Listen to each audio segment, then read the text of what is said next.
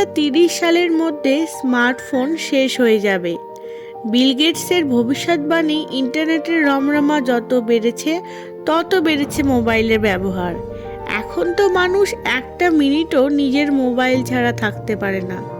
কয়েক ইঞ্চির একটা মুঠোফোনেই রয়েছে ব্যক্তিগত, পেশাগত সমস্ত তথ্য।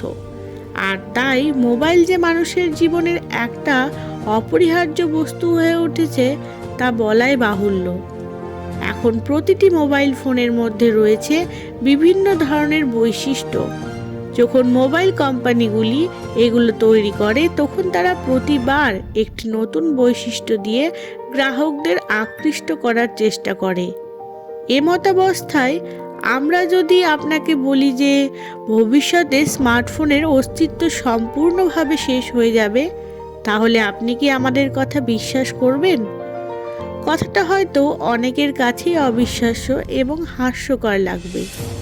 অবশ্য লাগাটাই স্বাভাবিক।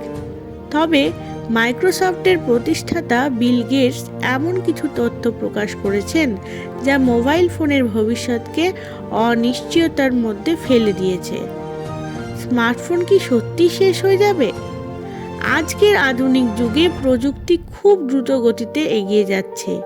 কিপ্যাড ছেড়ে আমরা পৌঁছে গেছি টাচপ্যাডে। এমতাবস্থায় মাইক্রোসফটের প্রতিষ্ঠাতা বিল গেটস এক বিশেষ ধরনের দাবি রেখেছেন। বিল গেটস বলেছেন যে আগামী সময়ে ইলেকট্রনিক ট্যাটু স্মার্টফোনে জায়গা করে নিতে পারে, যার কারণে স্মার্টফোনগুলি বাজার থেকে নিশ্চিহ্ন হয়ে যাবে। এই ইলেকট্রনিক ট্যাটুগুলি চ্যাওটিক মুন নামে একটি সংস্থা চালু করেছে, যা এক ধরনের জৈব প্রযুক্তির উপর ভিত্তি করে ট্যাটু তৈরি করে। এই ট্যাটুগুলির মাধ্যমে মানবদেহ সম্পর্কিত তথ্য সংগ্রহ করা হয়, যার কারণে এগুলি বর্তমানে খেলাধুলা এবং চিকিৎসা লাইনে ব্যবহৃত হয়। সংস্থাটি এই ট্যাটুগুলি নিয়ে আরও নানান ধরনের পরীক্ষা নিরীক্ষা করছে, যা ভবিষ্যতে স্মার্টফোনের জায়গা নিতে পারে। বড় কথা বললেন নোকিয়া কোম্পানির সিইও পেক্কা লুন্ডমার্কও স্মার্টফোনের অদৃশ্য হওয়ার বিষয়ে একটি বড় বিবৃতি দিয়েছেন, যার মতে 6G প্রযুক্তি 2030 সাল নাগাদ শুরু হবে এবং সেই সময়ে স্মার্টফোন তার সাধারণ ইন্টারফেসে থাকবে না।